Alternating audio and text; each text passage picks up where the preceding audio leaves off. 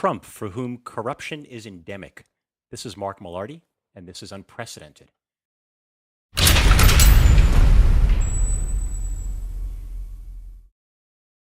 Welcome back to our podcast series. One thing I wanted to say at the outset, despite my opinions on Donald Trump, the Trump regime, the current Republican Party, the current GOP, with whom, again, I have split. I have changed my political affiliation after a lifetime as a registered Republican. Despite all that, and despite the continuing series that I'm going to be doing here, which is designed to oppose, expose, and hopefully depose the current administration. Despite all that, I want to say that I'm not attempting to denigrate anyone who voted for Donald Trump. Part of me connects with that. I mentioned in an earlier episode of the podcast series that early on in the 2016 presidential election during the primaries, I had a soft spot for Donald Trump early on, and I saw his appeal. I was drawn to that early on. And if I had to, again, in my personal estimation, if I had to put forth, why individual people voted for Trump, I think it's really a matter of, some people, looked at him as a candidate, as I would say, they looked at him through the knothole of a specific issue. That knothole might have been taxes, wanting to pay less taxes. We're taxed up the wazoo. Other people looked at him through that knothole that was immigration, concerns about illegal immigration, concerns about border security, concerns about terrorism. Other people might have looked at Donald Trump's candidacy strictly through the lens of unemployment, of joblessness, needing a job. A lot of people are out of work. We haven't had the strongest recovery from the global recession that we were gripped in starting in 2008. All those things are true. All those are real and pressing issues. And if you looked at Donald Trump specifically through that specific knothole on the basis of that specific issue, I could understand why you would have voted for him. If you're not necessarily looking at the candidate as a whole, looking at his broader context, and you're singling out that issue that is most important to you, your family, your lifestyle, I get that. I understand that. That does resonate with me. So I want to be very clear about that. My attempt here is not to denigrate anyone who supports Trump, who voted for him at the outset. Now, that being said, again, my hope is to impart fact-based evidence that, again, exposes what I believe to be the case with the current GOP and the current presidential administration. And I want to take you back in history for a broad historical context. Back in 1920, the 1920 U.S. presidential election was a very interesting one, and it was unprecedented relative to prior history. You had a situation where this was the aftermath of World War I. World War I concluded in 1918. The peace was signed at the Treaty of Versailles in France in 1919. So the 1920 presidential election was going to be a formative one. It was the post-war era. The president who had served 2 terms, Woodrow Wilson, he was very sick. Woodrow Wilson died shortly thereafter, so he was out of the picture, which left the playing field wide open. And what happened was back in the 1920 era and prior to that, we didn't have primaries. You didn't have a Republican primary season and a Democrat primary season. The decisions on who would be the candidate for each respective party was arrived at the convention, literally. So at the Republican National Convention and the Democrat National Convention, all the delegates would get together and they would vote. They would vote on the spot. And if there wasn't a clear winner among the field of candidates that existed within that respective party, they would vote a second time. They would vote a third time. They call them ballots. In some cases, they'd have literally in excess of 100 votes, 100 ballots would have to be taken over the course of hours and days. These conventions could stretch on for, 1 to 2 weeks. Literally, it was a pitched battle in a lot of cases. So in 1920, there was no clear consensus. The Republican National Convention was deadlocked. There were several candidates that were under consideration. None of them were polling a majority, so ballot after ballot went by. And ultimately, what happened was, and this was not uncommon, a an acceptable candidate, a compromise candidate, had to be decided upon. Now, the state of Ohio historically has been viewed as being the center of America, the central point between East and West, the central point between North and South. The state of Ohio borders on northern states during the Civil War. It also borders on southern states during the Civil War. It's not East, it's not West, it's not North, it's not South. For all those reasons, Ohio has historically been looked upon as being a compromise state. And not surprisingly, the second most presidents in history have been elected from the state of Ohio. While Ohio is only the seventh largest state in the Union, it is the number two state in terms of presidential candidates. It was tied with New York for producing the most presidential candidates up until Donald Trump. Donald Trump is the seventh presidential candidate who's come from New York. The state of Ohio has six that have come from that state. And again, this is no coincidence. Often, Ohio was looked at as being that melting pot of America, that centrist point of view, that compromise point of view. And that's what happened in 1920. Republican convention was deadlocked. There was no clear front runner. So what emerged from all the backroom deals that were cut and all the backslapping and glad handing that took place over the course of a number of days, it was a political compromise, and they compromised on a candidate named Warren G. Harding from Ohio. Warren G. Harding was a very likable guy. He was a reasonably charismatic guy. He was a low-key guy. He didn't have very many public opinions that he stood on, either black or white, if you will. He wasn't very black and white about things, which again made him a very malleable candidate, made him a compromise candidate that was acceptable to people. So he was the candidate for the Republican Party. Sure enough, he won the election, the presidential election, the general election, in a landslide. He beat James Cox, the Democrat candidate, and he beat Eugene V. Debs, who was the socialist candidate. Back then, we actually ran socialist candidates for president. So Harding won. Harding comes into office. Harding's issues were manyfold. Harding tended to play fast and loose with the truth. He had numerous extramarital affairs. He was, fond of the ladies. He was fond of drink and nightlife, and all that continued once he came into the White House. And possibly even worse, what he did was he brought in, they would call it political cronyism. He brought in a lot of his old friends, political colleagues, business associates from the state of Ohio. He brought them into office with him, and he put them in he put them in cabinet positions. He put them in positions of national significance. And even worse, he didn't provide much oversight. He was really an absentee president, an absentee manager, if you will, in that regard, which kind of left them to their own devices. And consequently, corruption was prevalent. It was rife in the Harding administration, most prominently. And some of you may have heard this term. A lot of people, perhaps not. There was a scandal called the Teapot Dome scandal. Now, what is the Teapot Dome scandal? It's an oil scandal. At that point in history, there were large oil reserves in strategic parts of the United States, the state of Montana, the state of California, that were under the control of the Naval Department. The Secretary of the Navy had rights over those oil reserves, and it was rightfully so. Those oil reserves were there to be utilized in time of war. All the machinery of war was powered by oil, by gasoline, by oil byproducts. So having those strategic oil reserves in time of national crisis, in times of war, was critical. So here we are in 1920. The war is over, as I established before. World War I, thankfully, is done. The Allies are victorious. Now we have these massive, undeveloped oil reserves sitting in strategic points in the U.S. So what happened was the sequence of events.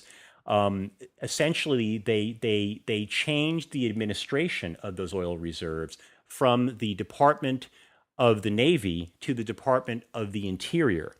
And Albert Fall was the Secretary of the Interior. Albert Fall was one of the cronies, one of the friends of Warren G. Harding. And as it turned out, Albert Fall was very susceptible to bribery, to graft. And Albert Fall ultimately fell prey to individuals who paid him as much as $400,000 to release those U.S. Federal oil reserves, those private oil reserves. They released them to commercial interests, one being the Dehaney family in California, after which quite a number of things, including a beach in Southern California, are named after, and another being the Teapot Dome oil reserve, which is famously named Teapot Dome because of its geographical features. When you look at the rock formations, it looks like a teapot. So massive oil reserve. So all this money changes hands, as opposed to a federal bid process, which would have, they would have granted those oil reserves to the highest bidder. There was no bidding. It was just straight collusion. The price was determined. A great deal of that went directly into the pocket of Albert Fall, the Secretary of the Interior. Stupidly on his part, and very, very overtly, he apparently invested a lot of that money into his New Mexico ranch. He had dramatic improvements on his New Mexico ranch for all the world to see. So very quickly, people began to see that something untoward was happening here, that there was much more money that had changed hands than that which went into the federal coffers, that it had gone into Albert Fall's pocket. He was uncovered. Albert Fall literally became, and I believe this is still the case to date, the only former cabinet member who went to jail. He served a prison term. He was indicted. Harding, by that point, had died. Harding died of a heart attack in 1923. He didn't survive his term. He didn't live out his term.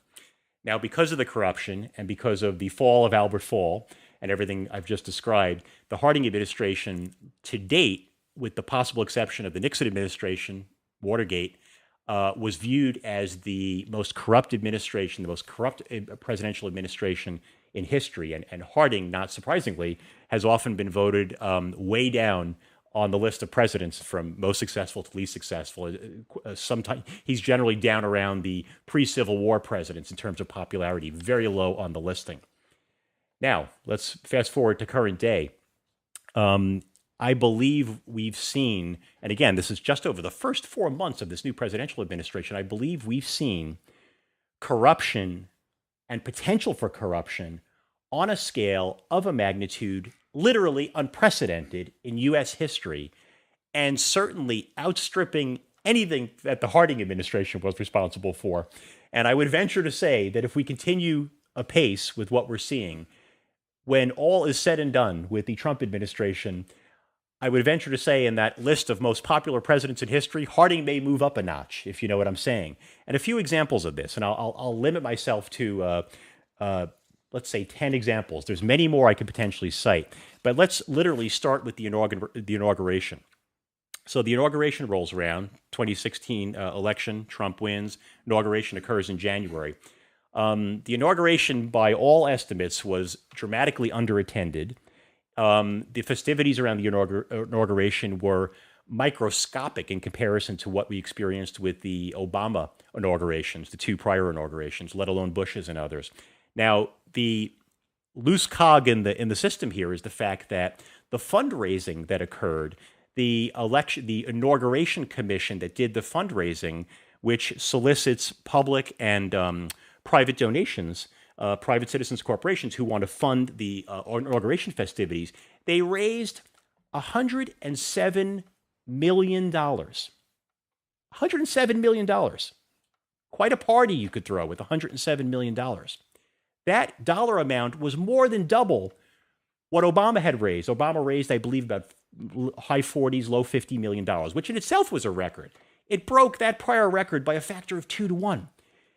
There is no way, no how that $107 million was spent on the inaugural festivities around the Trump inauguration. No way, no how. So there's two big open issues with that as regards corruption, as it regards endemic corruption. Number one, where did all the money go? How has it been accounted for? Where is it? Still hasn't been proven. Number two, many of the contributions that were made were anonymous contributions made under anonymous corporate LLCs. We don't know where that money comes from. The money is virtually untraceable, which leaves open the distinct possibility that some of that money may have come from offshore. Some of that money may have come from Russia. We're going to hear a lot about Russia. Some of that money might have been laundered through the election, through the inaugural committee, under the auspice of funding the inaugural activities, when in reality it was dirty money, or it was hush money, or it was bribes that were being paid in that fashion. That's number one. Number two, lack of transparency. Barack Obama, to his credit, was famous for complete transparency in terms of who was visiting the White House. For the first time in history, he opened up the daily visitor rolls, the registration rolls, as to who's coming and going from the White House. He opened them up, reported them literally on a daily basis. So all of us who are, who put him in office, who are, paying his salary, could see who he's meeting with on a daily basis. Right? Freedom of access, total transparency. Trump, exact opposite. He has closed the visitor rolls. We don't know, with the exception of the free press who may be on site and catch somebody coming and going from the White House, we don't know who's visiting the White House. We don't know, really fundamentally don't know who he's meeting with. There is a veil of secrecy that has been thrown over that. That is scary. That is scary because, again, it leaves open the possibility that he may be meeting with individuals from foreign powers, individuals from, the seamier side of the U.S. economy who are attempting to influence his policies in various ways. And it's all invisible to us because it's not being reported. So lack of transparency. Number three, the Trump Organization itself. This is the first time in history that a sitting president, has had the levels of business interest that Trump has worldwide. As one tiny example, Jimmy Carter, president in the 1970s, the nation was all aflutter that Jimmy Carter was a peanut farmer. He was from Georgia. He was a peanut farmer. He had a peanut farm, family business. That was all the rage, that he has to divorce himself from that business because he has to devote his full attention to the presidency. And we don't want any economic ties that he has that might influence his policies. In walks Donald Trump. Donald Trump has business interests around the world. He has real estate properties, hotel holdings, you name it, he's got it. Creates tremendous potential for corruption, for divided interests. If Donald Trump has a hotel in Azerbaijan, in the Philippines, in parts of the world that aren't necessarily our friends, what does that mean for him? Does that present a conflict of interest for him and therefore help determine the policies that he's going to engage in relative to those foreign powers? So the Trump business holdings, again, are unprecedented and create unprecedented potential for conflicts of interest. Number four, one of those holdings is Mar-a-Lago, the famous, as we're calling it, a winter White House, I believe it's being called, the Florida property, golf course club that Trump owns. He's owned it for quite a number of years. He's famous for it. Here's what's happened. At Mar-a-Lago, once Trump came into office, they doubled from $100,000 to $200,000 the club membership fee, the annual membership fee. A blatant attempt for Trump-owned properties to benefit financially from Trump being president, which again is in direct violation of statutes, in direct violation of the Constitution, as to the president's not being able to benefit financially from outside income sources when he's in the White House. Okay. Furthermore, one other small example: Mar-a-Lago. To date, the U.S. taxpayer has spent close to $40,000 on golf carts for Secret Service agents to follow Donald Trump around on all those weekend golf outings he went to at Mar-a-Lago. $40,000 for golf carts. That's the American taxpayer's expense. And not only are we paying that exorbitant amount, we are paying it to a Trump-owned property, Mar-a-Lago, which he himself owns from and benefits from.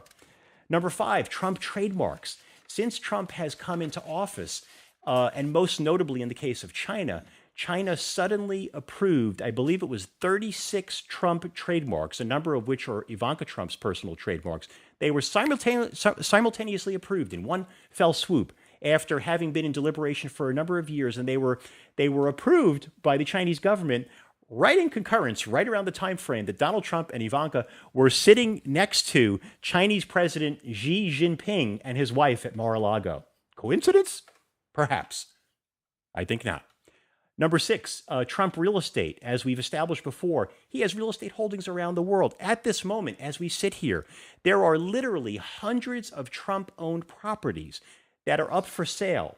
You have properties, Fifth Avenue properties in New York City, luxury properties literally around the nation and around the world that are for sale, that are commercially available. Now, That's all. That's just business, conducting business, and that's all well and good unto itself. However, the fact of the matter is that most of these holdings are luxury real estate holdings. The definition of a luxury real estate holding is a holding of $5 million or more in market value.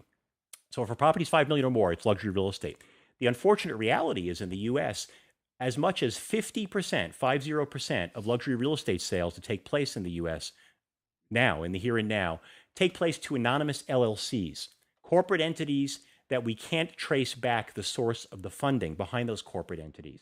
And as a result, the luxury real estate market, believe it or not, is a money laundering fiesta for overseas cash, drug cash, cash that needs to be cleaned, that needs to be laundered in some way.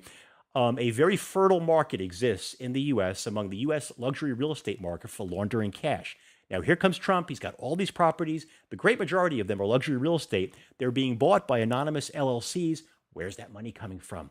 No transparency, no traceability. It very much creates a scenario, and I'll give you one shining example of that. It very much creates a scenario where a foreign entity, let's just say the Russians, could in fact come in, purchase a Trump property for $5, $10, $15, $20 million under an anonymous LLC, so U.S. regulators can't trace the cash, and they're buying that property. They may not even take residence possession of that property. They're buying it to put money into the pocket of the Donald Trump organization as a means of currying favor, buying his support, buying his cooperation. Perfect example of that, and this is my number 6 or 7 on my hit parade here.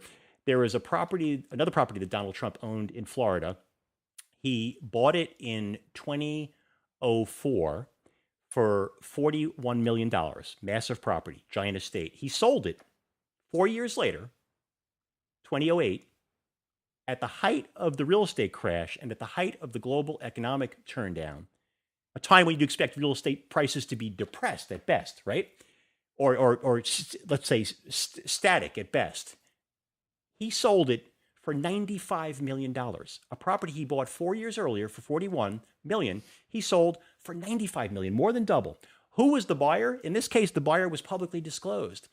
It was a Russian oligarch, as they call them, the creme de la creme of the Russian business hierarchy, multi-billionaire, close associate to Vladimir Putin, literally was the buyer of this property.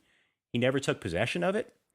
He shortly after that got divorced, and it fell into dispute between him and his wife, the property. But essentially, he paid nearly $100 million, a $50 million premium over Trump's purchase price for a property that he never took possession of.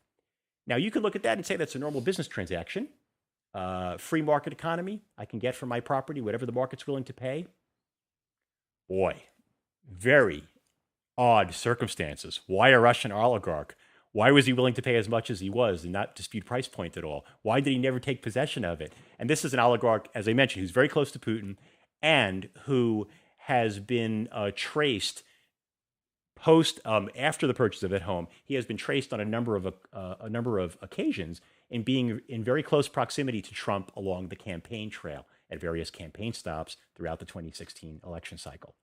So you could look at that as a normal business transaction, or you can look at it as potential bribery, a potential way of currying favor and buying a presidential candidate. And just a couple more here, and then we'll close out. The Trump cabinet, even if you love Donald Trump, to look at the cabinet secretaries that he's put in place, one by one, the choices that he made are inexplicable. It's almost as if in every instance he looked at the particular cabinet position, Secretary of the Treasury, Secretary of Interior, Secretary of Health and Human Services, and he chose the exact worst person, the last person you might have chosen for that cabinet position. He chose that individual. He chose a woman named Betsy DeVos to be the Secretary of Education. Betsy DeVos was not an educator. She has no background whatsoever. She's not degreed. She comes from a billionaire family that contributed heavily to the tune of millions of dollars to Donald Trump's election campaign. Her brother is somebody that's right in the inner clique of Donald Trump. Sure enough, he makes her the head of education, Secretary of Education. Literally, probably the last person I would have chosen to be put in that position. What's the motivation? What's the rationale? It appears to be nepotism. It appears to be putting in place those individuals in his business network, his billionaire club business network, who he would most be able to benefit from that political economic cabal, if you will. That political affiliation would further their respective business interests. Along those same lines, there's a fellow who was put in place of the Commerce Department who has a very similar story. In the case of Commerce, this is an individual who is a billionaire ex-banker who has been with financial institutions that have lent very large sums of money to Donald Trump over the course of decades to the tune of hundreds of billions of dollars. This is an individual who himself has been a suspect. He has been involved in a whole raft of litigation historically. Again, the last possible candidate you would think of putting into the Commerce Secretary position. And when you trace back each of these cabinet selections that Trump has made, there's two rationale that you can think of. One rationale is he wants to upset the apple cart, right? Because Trump was all about draining the swamp and fresh blood, and let's turn over the established order. And I kind of get that. Part of that resonates with me on some level. But then there's an aspect of bringing the house down around your ears. It's the Steve Bannon philosophy of deconstructing the administrative state, which is a very truly revolutionary posture of let's bring this governmental thing down around our ears. Let's bring it to heel, and then let's start from scratch. And if you were going to do that, these might be some of the people you would pick for these cabinet positions, quite frankly. However, the danger posed by having individuals who are summarily unqualified in their respective fields leading those cabinet positions is a very, very scary proposition. I tend to believe that option number two is the reason why Trump has put these people in place. They're his business associates. They're people who have loaned him money. They're people who have contributed to his campaign. They're people from whom he's benefiting financially. And by having them all together, controlling the fate of the nation, clearly the economic gain for him and for that entire group of people is substantial. It's tremendous. And I'll end this segment with Russia. Let's just talk Russia. And we're going to expand upon Russia dramatically in subsequent segments of this podcast. But let's just talk about Russia in one respect. Oil. The Russian economy is a true oil economy. When the wall fell, the Berlin Wall fell, the old Soviet Union broke up into its component parts, and when Russia, as we now know it, became Russia, it developed an almost singular dependence on oil exploration and oil refining for its economy. That concentration of wealth, that wealth that's come from oil, has been concentrated literally in the hands of a select few people. It's the 1% of the 1% of the 1%, spearheaded by Vladimir Putin, the head of the nation, the former head of the KGB. He and his cabal, his inner circle, are the ones that control those oil profits. Now, Donald Trump has a lot of he reminisces about oil economy, as I've mentioned previously. I believe he wants to return America to a 1950s oil-based economy. There's a lot of money to be made in oil. One of the first things Trump did when he came into office is he put back into operation two key pipeline development deals domestically here. The Keystone pipeline and another. They had been opposed by the Obama administration. They were opposed by environmentalists. They had been completely derailed. First thing Trump did was he signed executive orders putting those two pipeline development deals back in operation. And it's my belief that when part of the motivation for the degree to which Trump has embraced Russia, the degree to which he has refused to condemn Russia for their human rights atrocities and everything else, it's follow the money. It's the famous Watergate phrase of follow the money. There's a tremendous amount of money collectively to be made in oil exploration and development worldwide. Russia, it's at the heart of the Russian economy. It's a critical underpinning of the survival of Russia is oil. It's my belief that a lot of the policies you're seeing and a lot of the direction we're going in is an attempt to bring into complete concurrence the oil-based initiatives, if you will, of the U.S. with those of Russia in a way where collectively, Vladimir Putin and his inner circle, and Donald Trump, respectively, and his inner circle, stand to benefit enormously from co-development deals and things of that nature. So, bottom line, and I've just given about 10 examples here, I think we've got a level of corruption and potential for corruption that, again, is truly unprecedented. I started out talking about Warren G. Harding. I got to believe Warren G. Harding, wherever he is smiling, thinking, they've one-upped me on a big way here. And as I indicated, I think Warren G. Harding is going to be a peg higher on the presidential popularity scale once the Donald Trump regime is done doing what it's doing. So this is Mark Millardi, and this is Unprecedented. Please join us next time. And again, let me know your thoughts, good, bad, and different, what you like, what you don't like, and any topics you would like to see covered in the realm of the current political sphere, geopolitical related. Let me know what they are. Thanks for listening. Bye-bye.